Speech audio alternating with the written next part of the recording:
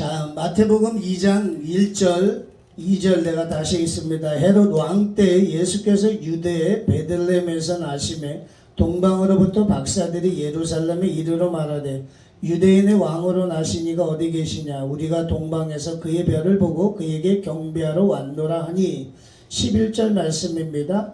집에 들어가 아기와 그의 어머니 마리아가 함께 있는 것을 보고 엎드려 아기께 경배하고 보배압을 열어 황금과 유향과 몰약을 예물로 드리니라. 아멘. 우리가 성탄절 크리스마스라는 단어를 들으면 우리는 어떤 이미지가 떠오르는지 우리가 한번 생각을 해봐요. 과연 나의 어렸을 때 성탄절은 어땠을까? 우리가 지금은 이제 캐롤이 많이 줄어든 상황이지만은 길거리에는 크리스마스 캐롤이, 그 다음에 또 구세군에 또 이렇게 종소리, 그 다음에 이곳저곳에서 또 연인들이 이렇게 서로 손 잡고 빨간 모자 쓰고 이렇게 다니는 어떤 그런 성탄절의 어떤 거리들의 풍경들이 있는데, 오늘날은 그런 풍경들이 많이 사라져 버린 것 같아요. 교회 안에서도 보면은 그런 어떤 캐롤송을 듣기가 많이 어려웠던 것 같아요. 오늘은 우리가 동방박사의 선물이라는 제목으로 서로 이제 은혜를 나눠보려고 합니다. 마태복음에 나타나는 동방박사는 과연 어떤 사람들이었을까? 성경에 보면은 마태복음 2장 외에는 동방박사에 대해서 언급한 내용들이 없습니다. 출신이 어딘지, 또는 그들이 어디서 살아온 어떤 배경이 있는지, 그들은 나중에 아기 예수를 만난 다음에 그 이후에 어떤 일생을 살아갔는지에 대해서는 성경은 언급하지를 않아요. 그런데 우리가 볼 때 동방박사는 이방인들이었다라는 거죠. 과연 그들이 예수님을 알았을까라는 목사님도 의구심을 갖게 되어져요. 여기서 말하는 동방이라는 것은 문자적으로 볼 때는 해가 떠오르는 곳이라는 의미예요. 그러면 그때 당시 위치로 보면은 동방은 페르시아나 바벨론이나 메소포타미아, 아라비아 등등으로 다양하게 이야기를 해요. 근데 이제 대부분의 많은 사람들이 동방은 바벨론일 것이다 라고 사람들이 생각을 합니다. 또 여기 나오는 박사라는 어떤 의미에 대해서 우리가 한번 이야기해 볼 수가 있어요. 우리가 일반적으로 우리가 박사들을, 여기 나오는 동방 박사를 점성학의 대가다 라고 이야기를 해요. 그래서 우리가 보면은 여기 박사라는 단어에 해당이 되어지는 헬라어에 마고이라는 그런 뜻이 있는데, 이 마고이라는 뜻은 천문학자 이렇게 되어져 있어요. 그래서 이 마고이라는 이 천문학자라는 박사는 우리가 점장이라든지 엉터리 마술사가 아니라, 우리가 보면은 당시에 바벨론의 제사장들에게 붙여줬던 그런 어떤 명칭이 바로 마고이라는 거예요. 그래서 우리가 다니엘서에 보면은 다니엘이 박사로 인정을 받아요. 그러니까 다니엘처럼 영특하고 그 다음에 지혜로운 그 사람이 아마 동방박사일 것이다 라고 이야기를 합니다. 이 동방박사는 정리해보면 바벨론 출신으로 천문학과 점성학에 해박한 지식을 가지고 있는 존귀한 사람들로서, 성경은 우리가 몇 명이라고 이야기는 않지만은 예수님께 예물을 드린 이 세 가지의 예물을 통해서 우리는 세 사람일 것이다 라고 우리가 추측을 해요. 그래서 전설에 보면은 이 동방박사 세 사람을 우리가 멜기울이라고 하는 사람과 발사살이라는 사람과 가스퍼라는 사람이다 라고 옛날에 전설에는 이야기를 하고 있습니다. 별이라는 것은 당시에 한 나라와 개인의 장래와 운명을 예견할 만큼 별의 운행에 대해서 사람들이 많은 관심을 가졌어요.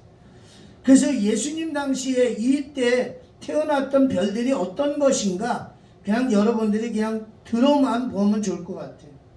어떤 사람들은 헨리해성이다 라고 이야기할 수도 있고, 그 다음에 어떤 사람은 애굽력으로 메소리 왕의 자손이 출생하는 그런 달에 빛났던 천왕성이다 라고 이야기하기도 하고, 고대 천문 관계에서는 BC 4세기경에 나타난 새별이다 라고 이야기하기도 하고, 로마력에 보게 되어지면은 먼 고기 자리에 일어난 목성과 토성의 대결합일 것이다 라고 등등의 많은 학자들이 이야기를 해요.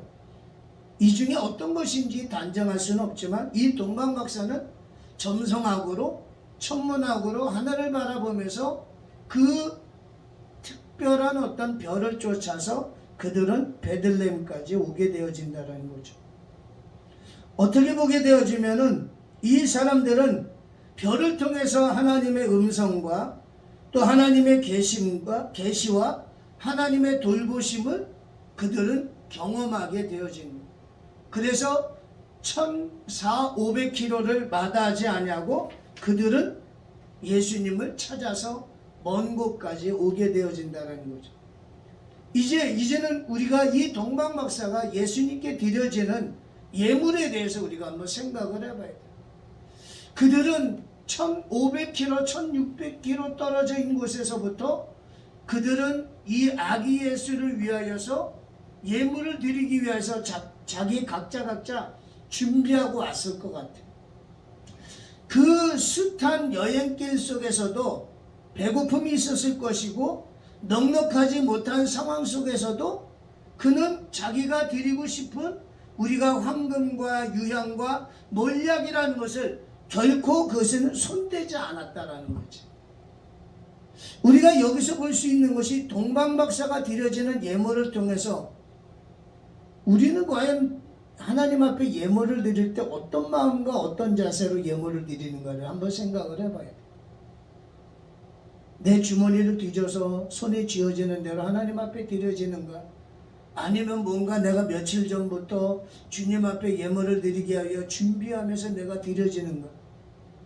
그 황금, 도난을 당하지 않기 위하여 그 사막에 보면 산적이라고 해야 되나? 도적들도 있을 것이고 그 다음에 또 그 동방박사들이 오고 가는 그 길에 많은 어떠한 사람들이 어렵다 보면 소매치도 있을 것이고 그냥 뭐 종도둑도 있을 것이고 그런 가운데서도 그 왕에게 드리고자 예물을 쫙 보관하고 준비하고 감추고 그것을 지켜내는 동방박사들의 어떤 모습을 우리가 한번 눈 감고 한번 그려보면은 야, 그 사람은 처절하게 왕에게 드리기 위하여 황금과 몰약과 유황을 지켜냈다라고 우리가 볼 수가 있는 거죠.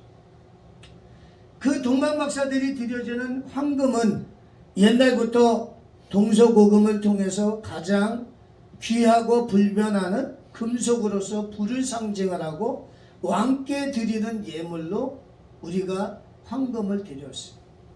다시 말하면은 만왕의 왕 대신 아기 예수께 당신은 왕이십니다 라고 여겨지는 그런 마음으로 드려졌다라는 거죠. 또 동방박사 한 사람은 유향이라는 것을 드려요. 유향은 아라비아 지방의 관목에서 채취한 향기로운 송진으로서 성전 제사나 그 다음에 헌물로 자주 사용되어진 것. 다시 말하면 예수님의 제사정 권위, 신성, 이것을 인정하는 예물이었다라는 거죠. 그 다음에 세 번째 몰약이라는 것은 시체를 염하거나 방부제로 사용하는 것으로 매우 귀한 자의 시체에 바를 정도로 고가품이었어요. 다시 말하면 예수 그리스도의 순환과 죽음을 미리 예비했던 예물이라는 것이죠. 결국 이 동방박사 세 사람이 드린 이 황금과 유향과 몰약이라는 것은 그들이 점성학적으로 천문학적으로 봤을 때 온 인류를 구원할 자라는 것을 알고 그분의 삶에 대해서 왕이시고 제사장이고 우리를 위하여 하나님의 어린 양의 제물로 돌아가신 분이라는 것을 그들은 알고 나름대로 그 예물을 준비해서 왔다라는 사실이죠. 오늘 우리 동방박사의 삶을 보면은 그 사람들은 이스라엘 사람들이 아님에도 불구하고 보이지 않는 신앙, 보이지 않는 세계를 따라서 1600km를 건너와서 아기 예수께 경배하는 것처럼 어떻게 보면은 믿음으로 바라보고 믿음으로 결단하는 신앙인의 모습이었다는 거죠. 비록 이방인이었지만은 천문학과 점성학을 통해서 예수 그리스도의 탄생을 알게 되어지고, 비록 그들이 이스라엘 사람은 아니었지만은 주님을 알고 그들이 주님의 일생을 알고 그 일생을 준비하기 위하여서 예물을 가지고 그것을 주님 앞에 드려졌다라는 거죠. 어찌 보면 오늘날 우리와의 신앙은 전혀 다른 모습이에요.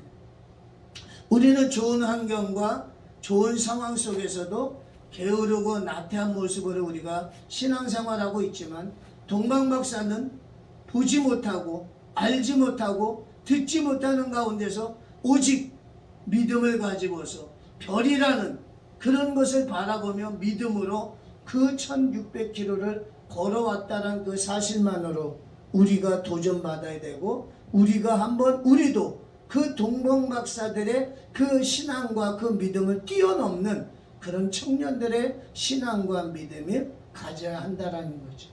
그래서 우리가 성탄절을 맞이하여서 동방박사들은 하나님을 알지도 못하는 사람임에도 불구하고 아기 예수께 예물을 준비해서 드려졌던 것처럼, 우리도 이러한 사람을 뛰어넘는 나의 신앙생활 또 나의 믿음을 준비하여서 하나님 앞에 드릴 수 있는 그런 성탄절 때 하나님 앞에 가장 귀하고 복된 우리의 믿음과 신앙을 드리는 우리 청년들 되시길 주님의 이름으로 축복드리겠습니다.